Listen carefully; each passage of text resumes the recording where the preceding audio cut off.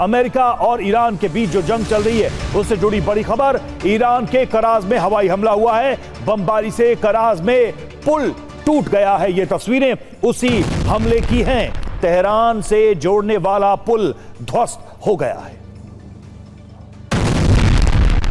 तस्वीरों में आप देख सकते हैं किस तरह से जबरदस्त हमला हुआ है यहां पर और बड़े धमाके के साथ ये पुल टूट गया जिस पर यह हमला किया गया। तेहरान से कनेक्ट करता था यह पुल दूसरे हिस्से को।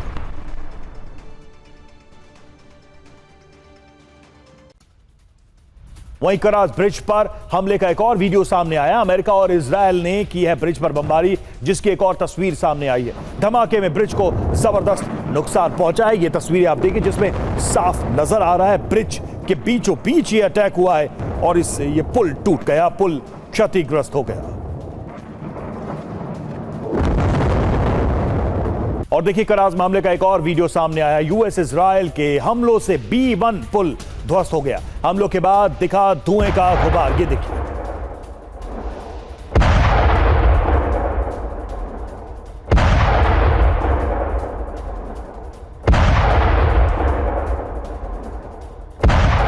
और अब आपके सामने वो तीनों तस्वीरें जो इस हमले से जुड़ी हुई हैं। आप देखिए पहाड़ों के पीछे से ये धुआं दिखाई दे रहा है। जो पहला हमला हुआ, पहली तस्वीर सामने हमले की, दूसरी हमले की तस्वीर हम आपको दिखा रहे हैं उसी अटैक की। ये दूसरी तस्वीर, दूसरा वीडियो जब पुल के बीचों बीच हमला होता है और वो साफ नजर आता है कैसे पुल क्षतिग्रस्त हो जाता है। और तीसरी तस्वीर कराज हमले का एक और वीडियो आपके सामने।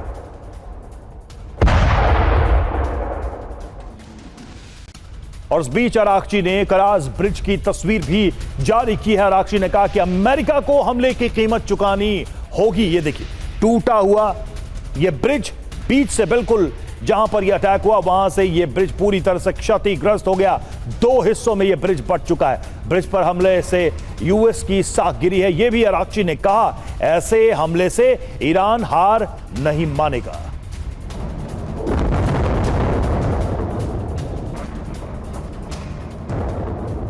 तो ईरान के कराज में तबाही का मंजर है। B1 ब्रिज पर हमले में 8 लोगों की मौत की खबर सामने आ रही है। यूएस इजरायल की बमबारी में 95 लोग घायल हुए हैं। मौके पर राहत और बचाव काम जारी है।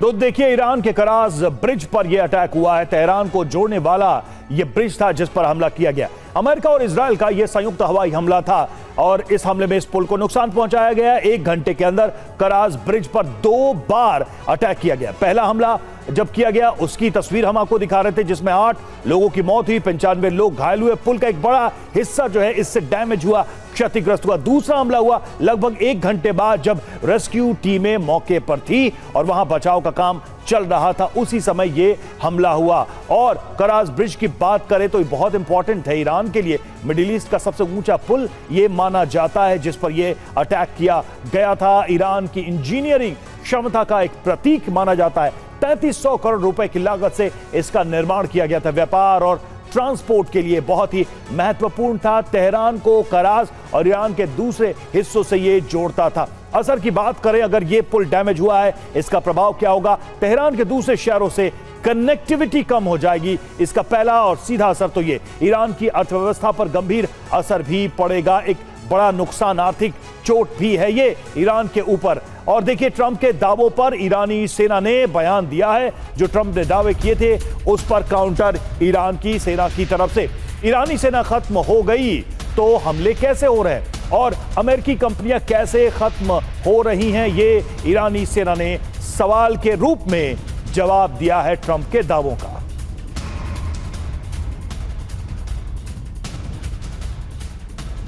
और देखिए अमेरिकी सेना के ऑपरेशन पर ईरानी मेजर जनरल की नजर। हेडक्वार्टर से कमांडर इन चीफ अमीर हतामी के आदेश। अमेरिका के ग्राउंड ऑपरेशन पर ले सख्त एक्शन। हतामी ने यह निर्देश दिया है एक भी अमेरिकी सैनिक नहीं बच पाए जिंदा, हतामी का आदेश।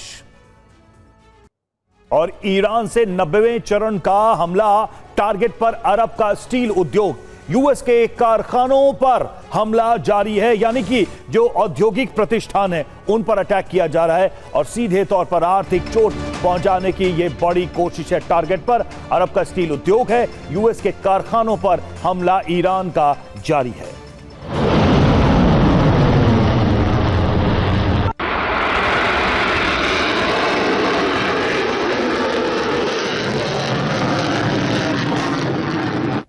और ईरान ने अरब में 8 पुल उड़ाने की धमकी दी है। ईरान ने 8 पुल की लिस्ट भी जारी की, एक सूची जारी की है इन 8 पुलों को उड़ाने की धमकी। कराच पर हमला और उसके बाद देखिए एक नई चेतावनी, नई धमकी ईरान की तरफ से, जिसमें 8 ब्रिजेस का हवाला दिया गया है और इनको उड़ाने की धमकी दी गई।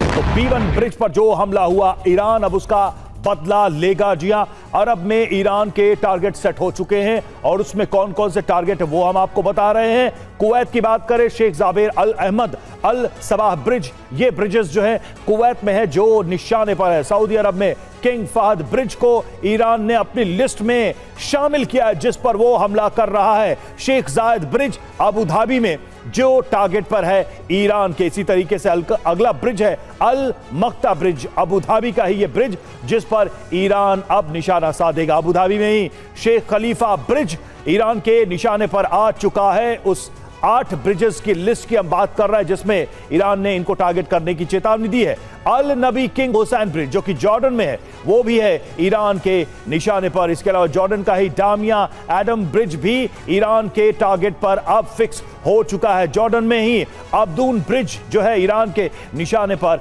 आ चुका है। ये वो ब्रिजेस हैं जिन पर ईरान ने हमले करने की चेतावनी जारी की है। और देखिए, ईरान के रक्षा मंत्रालय का बड़ा दावा सामने आया है। क्या है दावा, वो आपको बता रहे हैं। दुश्मन 7 मोर्चों पर पहले ही हार चुका है। इजरायल और अमेरिका बेस पर हमले हमारे जारी रहेंगे, ये कहा है ईरान ने।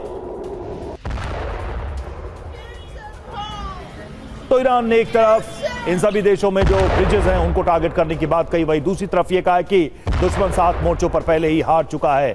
इजरायल और अमेरिका के बेस पर हमले हमारे जारी रहेंगे। और जैसा कि हम कराज ब्रिज की बात कर रहे हैं, कराज ब्रिज पर हमले में 8 लोगों की मौत की खबर सामने आ रही है। अमेरिका ने दी है ऐसे और हमलों की धमकी।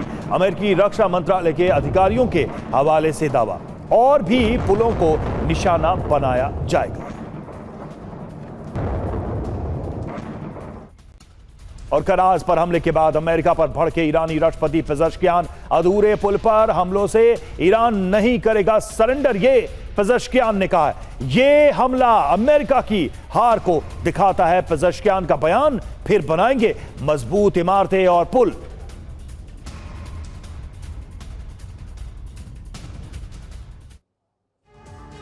और कराज ब्रिज पर हमला, महाविनाश का आगाज।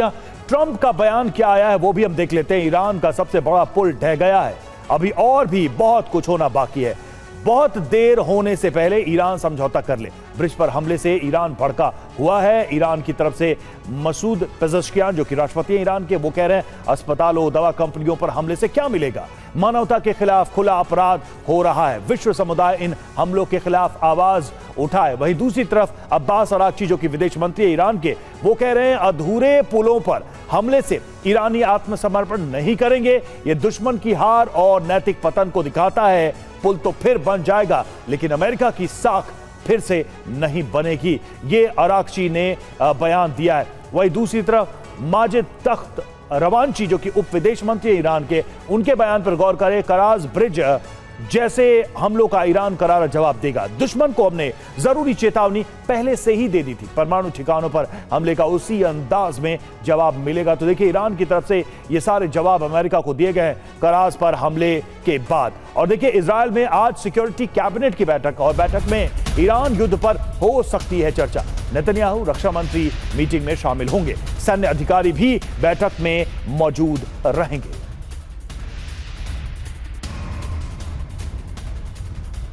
इधर खबर है बहरीन से। बहरीन में लगातार ईरान हमले कर रहा है। बहरीन में अमेज़न ऑफिस पर हमले का वीडियो ईरान ने जारी किया है। क्लाउड कंप्यूटिंग ऑपरेशन पर ईरानी हमला। ईरान ने कल हमला किया था और ईरान ने मिसाइल हमले का वीडियो भी जारी किया है।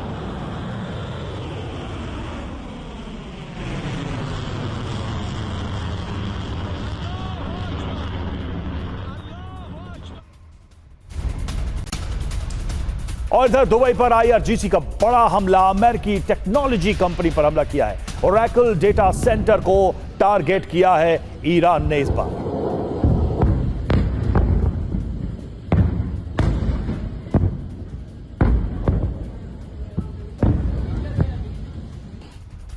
तो ईरान का ताबड़तोड़ प्रहार जारी है।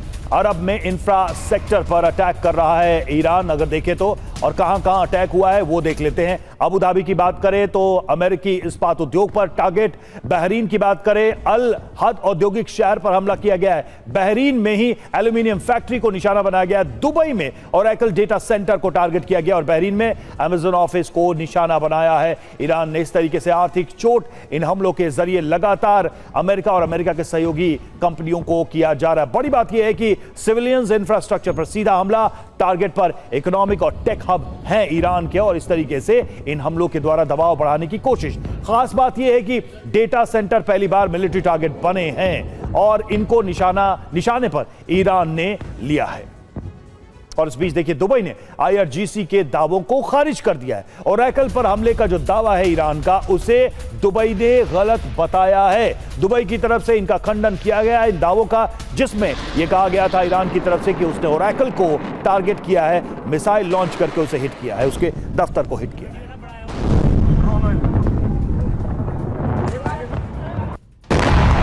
इधर बहरीन में ईरान की मिसाइलों से हमला, अमेरिका ने मिसाइलों को हवा में ही रोका। अमेरिकी पैट्रियट एयर डिफेंस सिस्टम ने इन मिसाइलों को इंटरसेप्ट किया है, यह दावा किया जा रहा है।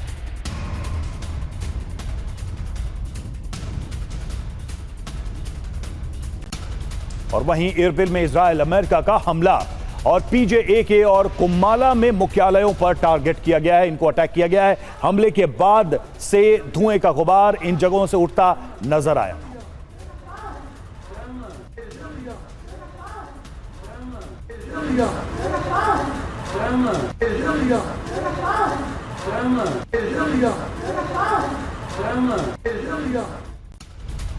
और ईरान से युद्ध विराम पर बोले ट्रंप, मैं कहूंगा तो नेतन्याहू जंग रोक देंगे, ये ट्रंप कह रहे हैं। नेतन्याहू वही करेंगे जो मैं कहूंगा।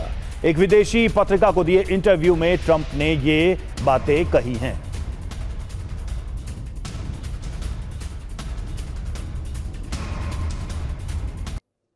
तो देखिए ट्रंप ने क्या कहा, उस पर एक नजर जल्दी से डालते हैं। जो ट्रंप के दावे हैं इजराइल को लेकर, जो बातें कही हैं, इस युद्ध में अपने कंट्रोल को लेकर जो बातें कही हैं, ट्रंप ने क्या कहा, इजराइल वही करेगा जो मैं कहूंगा, ये ट्रंप कह रहे हैं, यानी कि उनके ही इशारे पर इजराइल इस युद्ध में अपनी भूमिका निभा रहा है। जब मैं रोकूंगा तो नेतन्याहू जंग रोक देंगे, ये ट्रंप कहते नजर आ रहे हैं। नेतन्याहू मेरे आदेशों का पालन करेंगे, ये ट्रंप ने अपने दावे में कहा है। मेरे समर्थन के बिना नेतन्याहू नहीं लड़ सकते, ये भी ट्रंप कह रहे हैं, ये भी दावा ट्रंप कर रहे हैं। साफ बता रहे हैं वो अपने दावों में कि कितना नियंत्रण है और उनके हिसाब से ये जंग चल रही है। ट्रंप ने पहले कहा था युद्ध विराम आपसी निर्णय से होगा, और देखिए सवाल यही है कि क्या ट्रंप बोलेंगे तो नेतन्याहू जंग रोक देंगे। देखिए उनके दावे क्या हैं। ट्रंप ने कहा था नेतन्याहू चाहेंगे तभी ईरान से युद्ध विराम होगा, तो ये बातें ट्रंप की आप देखिए। नेतन्याहू चाहते हैं कि ईरान के खिलाफ लंबे समय तक जंग लड़े ट्रंप, तो ये नेतन्याहू की इच्छा भी बताई जा रही है। लेकिन ट्रंप का दावा क्या है कि वो नेतन्याहू वही करेंगे जो ये चाहते हैं। नेतन्याहू चाहते हैं युद्ध का खात्मा निश्चित अंजाम तक पहुंचने के बाद ही हो। तो सवाल ये है कि क्या ये जंग रोक सकते हैं ट्रंप, और क्या नेतन्याहू को आगे लड़ाई लड़ने से भी वो रोक पाएंगे। ईरान जंग पर टाइम मैगजीन ने ट्रंप पर तंज कसा है और एक तस्वीर के जरिए ये सटायर किया है। जंग से निकलने का कहां रास्ता, ये कैप्शन है और उसके नीचे उनकी एक तस्वीर है। जंग से निकलने का रास्ता ढूंढ रहे हैं ट्रंप, ये भी लिखा है, और टाइम मैगजीन ने एक तस्वीर दिखाई है। टाइम मैगजीन ने कवर पेज पर ट्रंप की तस्वीर लगाई है। उनके हाथ में एक मानचित्र है जो मिडिल ईस्ट का वो इलाका है जो इस वक्त कॉन्फ्लिक्ट जोन में है, खासकर हॉर्मुज की बात करें, और उस तस्वीर को जारी करते हुए यह तंज कसा गया है। तो देखिए तस्वीरें हम आपको दिखा रहे हैं। जो तस्वीर आप देख रहे हैं ये टाइम मैगजीन के कवर पेज की तस्वीर है। आप देखिए कि यहां पर एक चित्र है जिसमें ट्रंप हैं और ट्रंप के हाथों में क्या है, मानचित्र है। मानचित्र में दिख रहा है कि ये मिडिल ईस्ट का मानचित्र है जिसमें हॉर्मुज भी दिख रहा है। ऊपर के कैप्शन में लिखा हुआ है कि ट्रंप निकलने का रास्ता ढूंढ रहे हैं, एग्जिट रूट ढूंढ रहे हैं। वेयर इज द एग्जिट, ये लिखा हुआ है। मतलब साफ है कि निकलने का रास्ता कहां है, यानी ट्रंप क्या फंस गए हैं, यह सवाल उठाया जा रहा है और अब वो डेस्परेट है, वो बेचैन है इस जंग से एक प्रतिष्ठा बचाने के साथ ही एक रास्ता निकालने के लिए। और देखिए, ईरान युद्ध के बीच ट्रंप बढ़ाएंगे रक्षा खर्च, ये खबर आ रही है। यूएस के रक्षा खर्च में भारी बढ़ोतरी का प्रस्ताव है। 2027 में रक्षा खर्च 1500 अरब अमेरिकी डॉलर करने का प्रस्ताव है। पेंटागन ने 200 अरब डॉलर अतिरिक्त खर्च का प्रस्ताव दिया है।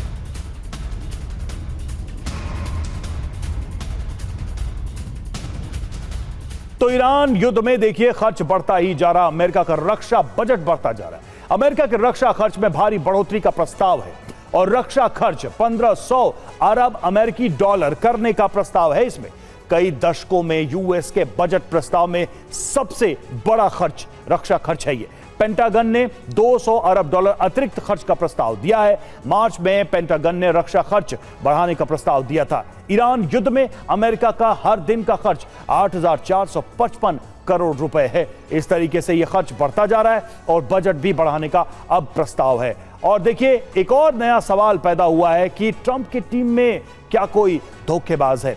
खबर क्या है वो हम आपको सबसे पहले बता रहे हैं। ईरान से जंग और तेज करने के लिए ट्रंप को भड़काया जा रहा है और ट्रंप के कान भरे जा रहे हैं ताकि वो जंग से बाहर ना आए। मतलब एक स्थिति है कि क्या ट्रंप जंग से बाहर आएंगे, दूसरी तरफ यह भी दावा किया जा रहा है कुछ ऐसे लोग हैं जो ट्रंप को भड़का रहे हैं कि वो इस वॉर को कंटिन्यू करें, इस जंग को आगे बढ़ाएं। और भड़काने का यह आरोप भी लगा है। किन किन लोगों पर आरोप लगा है वो नाम भी हम आगे आपको बताएंगे। लेकिन एक लॉबी जिसका जिक्र किया जा रहा है वो ऐसी है जो इस जंग को आगे बढ़ाना चाहती है। खबर क्या है, सबसे पहले ये देखिए, ईरान से जंग और तेज करने के लिए ट्रंप को भड़काया जा रहा है, ये हो गई खबर। और इसमें आगे क्या है कि ट्रंप के कान भरे जा रहे हैं ताकि वो जंग से बाहर ना जाए, वो लड़ाई को जारी रखे। कुछ ऐसी लॉबी, कुछ ऐसे लोग, अब वो नाम हम आपके सामने दे रहे हैं जिनके ऊपर भड़काने का आरोप लग रहा है। सबसे पहले देखिए, ट्रंप के दामाद का नाम इसमें आया है जिनको लेकर यह दावा है, जेरेड कुशनर। और ये ट्रंप को चाहते हैं कि ट्रंप इस जंग में आगे बढ़ें और इस जंग को खत्म न करें। दूसरा नाम बेंजामिन नेतन्याहू का स्वाभाविक नाम है, वो चाहते हैं कि ये जंग आगे चलती ही रहे। और इतमार बेन गवीर अगला नाम है जो इजराइल के कट्टरपंथी मंत्री हैं, वो भी लगातार ट्रंप को युद्ध जारी रखने के लिए कन्विंस कर रहे हैं।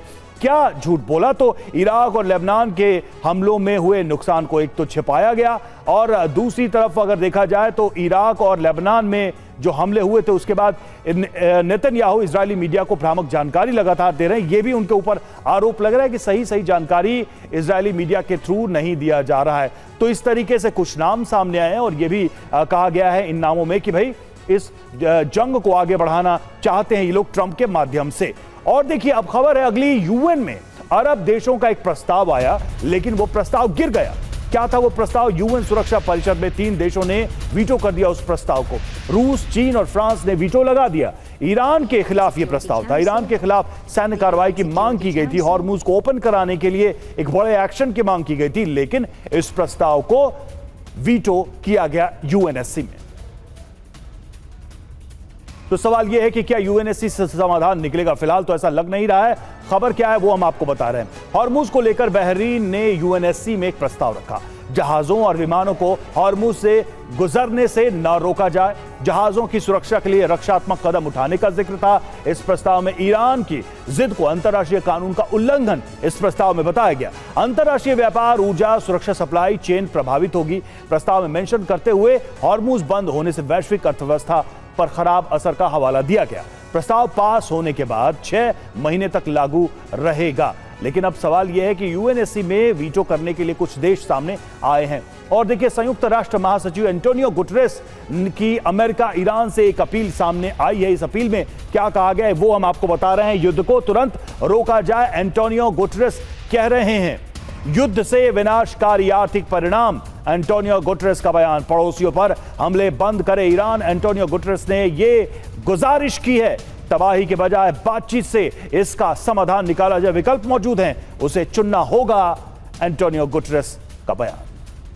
और ईरान में यूएस का ऑपरेशन न्यूक्लियर, यूरेनियम को जब्त करना मुश्किल। जी हां, यूरेनियम जब्त करने में हफ्तों लगेंगे।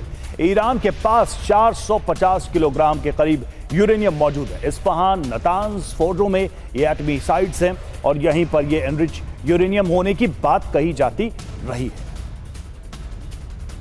तो सवाल यह है कि ईरान में क्या कोई ऐसा ऑपरेशन हो सकता है या अमेरिका इजराइल की तरफ से किया जा सकता है जिससे इस एनरिच्ड यूरेनियम को वहां से निकाला जाए, अपने नियंत्रण में लिया जाए। क्योंकि एक बार फिर से ट्रंप ने इसी बात को अपनी स्पीच में दोहराया और यह कहा कि हम ईरान को न्यूक्लियर पावर नहीं बनने दे सकते हैं।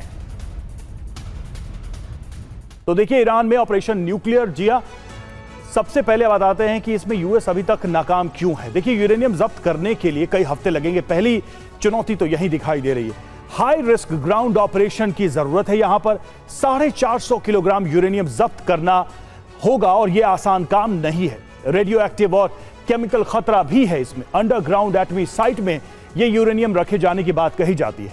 ईरान की यूरेनियम साइट की बात करें तो इसमें इस्फहान, नतांज, फोर्डो ये सभी शामिल है। ये जगह लोकेशंस हैं। और ऑपरेशन ये खतरनाक क्यों हो सकता है? अस्थायी रनवे बनाना पड़ेगा, कार्गो विमानों की जरूरत पड़ेगी, भारी उपकरण और मटेरियल जब्त करने होंगे, खुदाई मशीनें एयरलिफ्ट करनी होंगी, गोलाबारी के बीच यह ऑपरेशन करना होगा, हजारों सैनिकों को इसके लिए भेजना होगा, जो कि काफी रिस्की अपने आप में एक ऑपरेशन साबित हो सकता है। और दक्षिण लेबनान में इजराइल का बड़ा हमला हुआ है। लेबनान से खबर आ रही है, हिजबुल्लाह के ठिकानों पर हवाई हमले किए गए। हमले में हिजबुल्लाह के कई लड़ाकों की मौत हो गई है। तो लेबनान में लगातार इजराइल की तरफ से भी ऑपरेशन किया जा रहा है। जो ताजा हमले हैं उसमें यह कहा जा रहा है कि हिजबुल्लाह के कई लड़ाके मारे गए।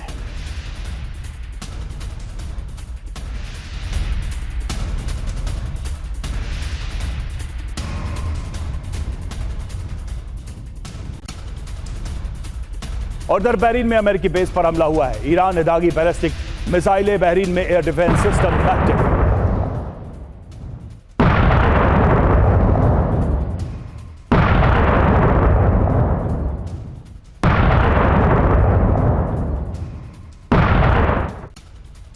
बहरीन में ईरान के ताबड़तोड़ हमले, पैट्रियट सिस्टम ने कई मिसाइलों को इंटरसेप्ट किया है। बहरीन की राजधानी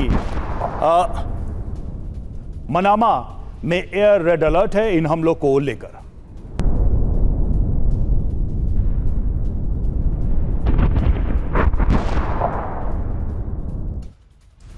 इधर ईरान के इस्फहान शहर में भारी बमबारी की गई है। अमेरिका ने बंकर बस्टर बम गिराए हैं। एक बड़े वेपन डिपो पर बंकर बस्टर बम गिराए गए। हमले के कारण से भीषण आग लगी है। ये तस्वीरें आप देखिए उस हमले की जहां पर बंकर बस्टर बम का प्रयोग किया गया है अमेरिका की तरफ से।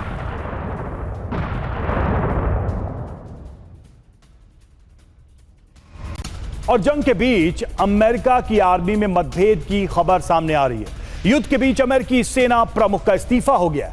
रैंडी जॉर्ज ने अपने पद से इस्तीफा दे दिया है। रैंडी जॉर्ज ने जबरन इस्तीफा दिया है। उन पर दबाव बनाया गया इस्तीफे के लिए और हेग्सेथ ने रैंडी जॉर्ज से पद छोड़ने को कहा था। क्रिस्टोफर लैनवे अब अमेरिकी सेना के प्रमुख होंगे। तो आप देखिए, जंग के बीच में इस्तीफों, नई नियुक्तियों का दौर लगातार जारी है। यानी कि सेना के अंदर भी कई तरह की गतिविधियां इस वक्त चल रही हैं अमेरिका में। तो अमेरिकी सेना में इस वक्त क्या दरार है? देखिए, अमेरिकी army chief general Randy George ने इस्तीफा दे दिया है। पहली बड़ी खबर तो यही है। बड़ी बात यह कि रैंडी जॉर्ज से तुरंत रिटायरमेंट लेने को कहा गया था। 2 अन्य आर्मी ऑफिसर्स को भी तत्काल पद से हटाया गया। पेंटागन से बड़े स्तर पर इस्तीफे लेने की खबर आई। ट्रंप ने सत्ता में आते ही कई अफसरों से इस्तीफे लिए। सवाल क्या है? ट्रंप कह रहे हैं टारगेट पूरा, तो फिर आर्मी चीफ को क्यों हटाया गया? क्या ईरान जंग में नाकामी पर ट्रंप ने आर्मी चीफ को हटाया? क्या आर्मी चीफ और ट्रंप में ग्राउंड ऑपरेशन पर मतभेद थे? आर्मी चीफ काबिल नहीं थे तो युद्ध से पहले क्यों नहीं हटाया गया? क्या ट्रंप के फैसलों से अमेरिकी सेना में मतभेद उभर कर सामने आ रहे हैं? और इस बीच ईरान में बड़े ऑपरेशन की तैयारी में है अमेरिका। आसमान में अमेरिकी विमानों के रिफ्यूलिंग की तस्वीरें सामने आई है। KC-135 स्ट्रैटो टैंकर और KC-46 पेगासस की रिफ्यूलिंग की तस्वीरें। अमेरिका वायुसेना के निशाने पर ईरानी सेना के बेस अमेरिकी सेंट्रल कमांड ने ये तस्वीरें जारी की है। तो देखिए, रिफ्यूलिंग की ये तस्वीरें जारी की गई हैं। किसी बड़े और लंबे ऑपरेशन की तैयारी के ये संकेत, क्या एक और बड़ा हमला, बड़ा ऑपरेशन करने जा रहा है अमेरिका ईरान में। और इजरायल के तेल अवीव में ईरान के हमले भी जारी हैं। तेल अवीव में ईरान ने दागी बैलिस्टिक मिसाइल हमलों से तेल अवीव दहल उठा।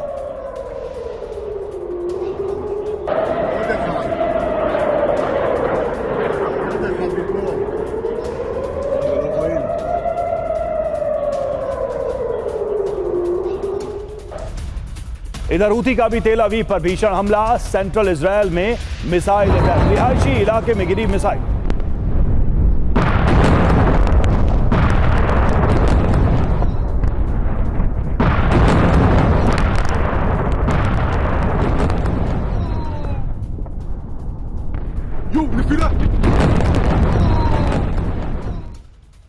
और इजरायल में ईरानी मिसाइलों से तबाही हुई है। कई सरकारी इमारतों को निशाना बनाया गया है इन हमलों में।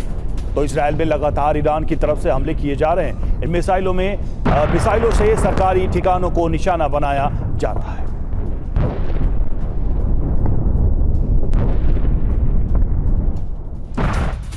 और ईरान की मिसाइलों से दहला तेल अवीव, रिहायशी इलाके में गिरी ईरानी मिसाइल। धमाके के बाद दिखा धुएं का गुबार।